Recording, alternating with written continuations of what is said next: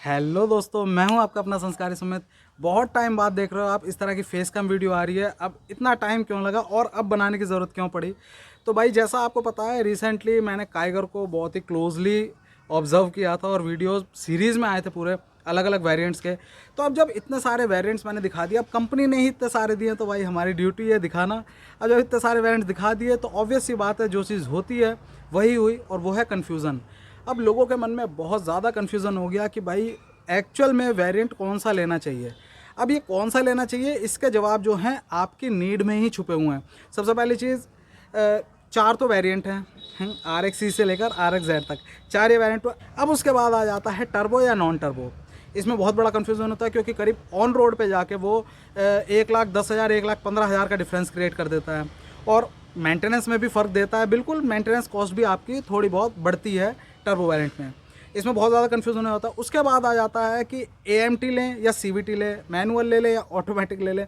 तो इसमें बहुत बड़ा कन्फ्यूज़न हो गया था लोगों को, और लगातार क्वेरी आ रही थी कि भाई एक्चुअल में लें कौन सा, इस पर भी वीडियो बनाऊं। तो फाइनली हमारा ये वीडियो होने वाला है इसी पॉइंट पर कि इतने सारे वेरिएंट्स में, इतने सारे मॉडल्स में आपकी चॉइस का, आपकी ज़रूरतों को पूरा करने वाला मॉडल कौन सा होने वाला है। तो करते वीडियो स्टार्ट।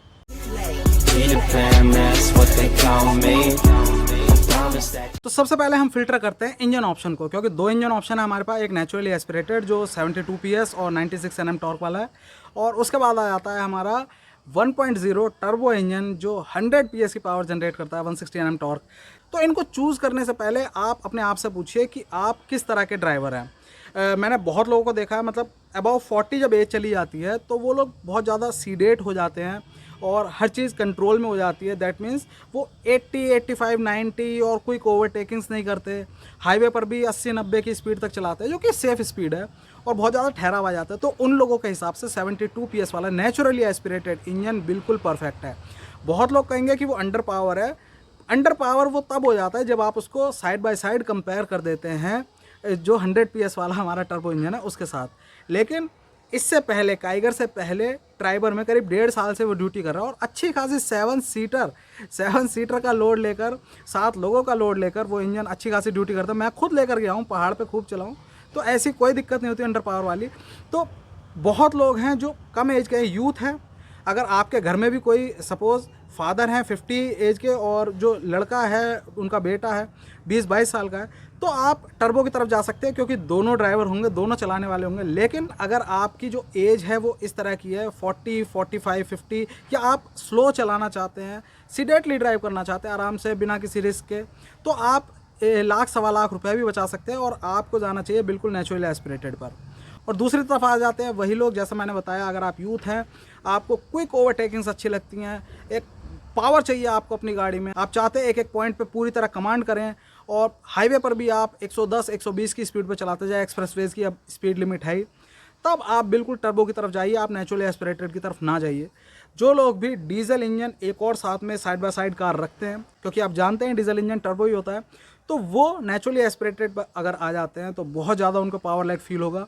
इसीलिए जो लोग भी साथ में कोई हायर सीसी, हायर डिस्प्लेसमेंट की कार रख रहे हैं, या फिर जो चेंज कर रहे हैं अपनी गाड़ी को, डीजल गाड़ी से चेंज कर रहे हैं, या जो पहले पावर अपने पास एक्सपीरियंस कर चुके हैं गाड़ी में, तो वो लोग कभी भी नेचुरली एस्पिरेटेड की तरफ नहीं जाएं।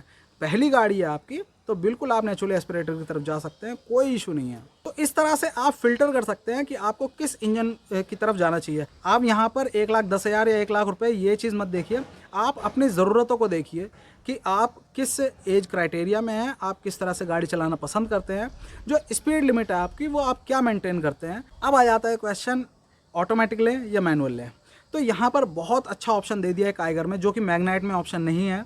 यहाँ पर हमको एएमटी भी दे दिया गया है। तो एएमटी और सीवीटी ये तो आपके वहीं डिफ्रेंशिएट हो जाते हैं कि आप टर्बो में जा रहे हैं तो सीवीटी लेंगे, ऑब्वियस सी बात है, जैसा मैंने बताया, और नेचुरली एस्पिरेटेड में जा रहे हैं तो आप एएमटी ले लीजिए।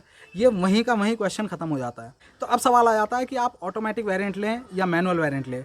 तो आपको ये चीज़ देखनी होगी कि आपकी जो ज़्यादातर ड्राइविंग है वो किस एरिया में होती है। अगर आप city to city daily office जाते हैं, सिटी ड्राइव्स रहती हैं, और आप आराम से रिलैक्स होकर ड्राइव करना चाहते हैं, तो आप बिल्कुल ऑटोमेटिक की तरफ जाइए।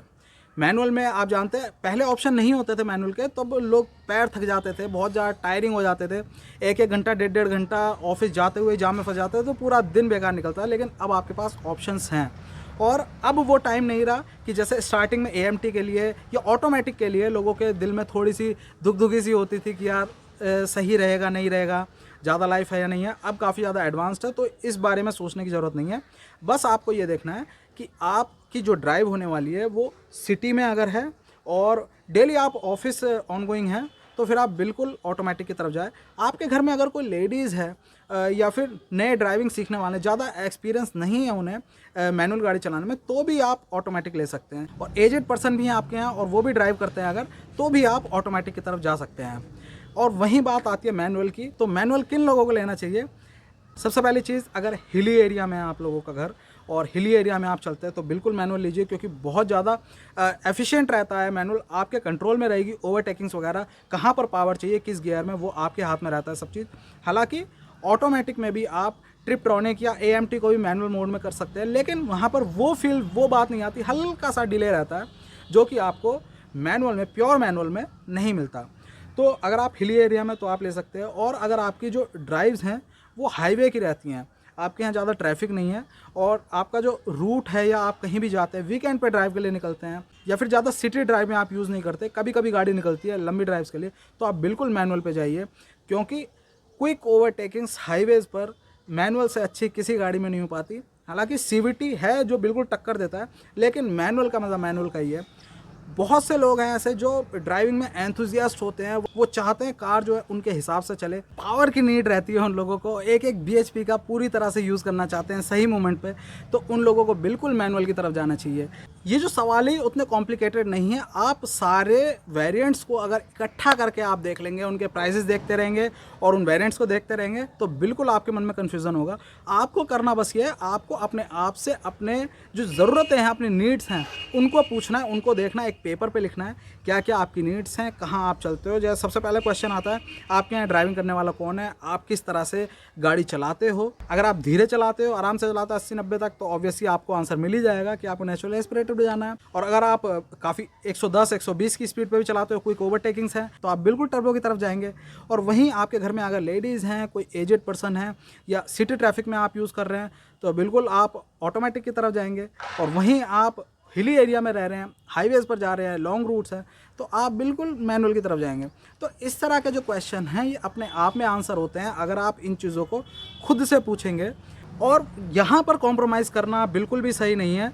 कॉम्प्रोमाइज़ मैं किस लिए कह रहा हूँ कि आपकी जो ज़रूरत थी वो थी, आपकी चॉइस थी CVT लेने की, ठीक है, लेकिन आपको था मन में कि यार मुझे लेना टॉप मॉडल ही है, और आपने बजट कम करते हुए टॉप मॉडल ले लिया AMT का, तो वहाँ पर हो जाएगा गड़बड़। आपने जो 10 लाख खर्च करने की जगह 8.5 लाख खर्च करे हैं, वो भी आपको लगेगा कि मेरे डूब गए। एक वेरिएंट नीचा ले लीजिए, ज़रूरी नहीं है कि आपको टॉप मॉडल ही लेना, एक वेरिएंट नीचा ले लीजिए, लेकिन जो भी इंजन स्पेसिफिकेशन आपकी ज़रूरतों को या ट्रांसमिशन आपकी ज़रूरतों को सूट कर रहा है, आप उसी को लीजिए, उसमें कॉम्प्रोमाइज़ बिल्कुल मत कीजिए। फीचर्स वगैरह बाहर से भी लग सकते हैं, कुछ ऐसे फीचर है जिनमें कॉम्प्रोमाइज़ कर सकते हैं, लेकिन जो गाड़ी की परफॉर्मेंस है या ट्रांसमिशन का जो सुकून है वो आपको ज़िंदगी भर लेना है, मतलब जब तक गाड़ी आपके पास रहेगी तब तक लेना है। अब उसके बाद क्वेश्चन आ जाता है कि कौन सा वेरिएंट ले। 4 वेरिएंट है, RXE, RXL, RXT, RXZ। बिल्कुल, बाकी तो ट्रांसमिशन में डिफरेंस और इंजन में डिफरेंस आपको बता ही दिया, लेकिन इन वेरिएंट्स में कौन सा वैल्यू फॉर मनी वेरिएंट होने वाला है। अगर आपके बजट की कोई कमी नहीं है, आप फिर भी चाहते हैं कि वैल्यू फॉर मनी चीज़ लूँ, तो इसका आंसर आपको मिलेगा अगले वीडियो में। अगला वीडियो इसी से रिलेटेड होने वाला है कि इस समय सबके रेट्स पता है, सारी लोगों का रेस्पॉन्स दिख रहा है, तो इस समय सबसे बढ़िया वैल्यू फॉर मनी वेरिएंट कौन सा है काइगर का। इसको देखने के लिए देखिए अगला वीडियो। और अगर आपको ये वीडियो अच्छा लगा हो तो प्लीज़ लाइक करना, वीडियो को शेयर करना, दोस्तों के साथ सब्सक्राइब कर लेना संस्कारी सुमित चैनल को। जय हिंद।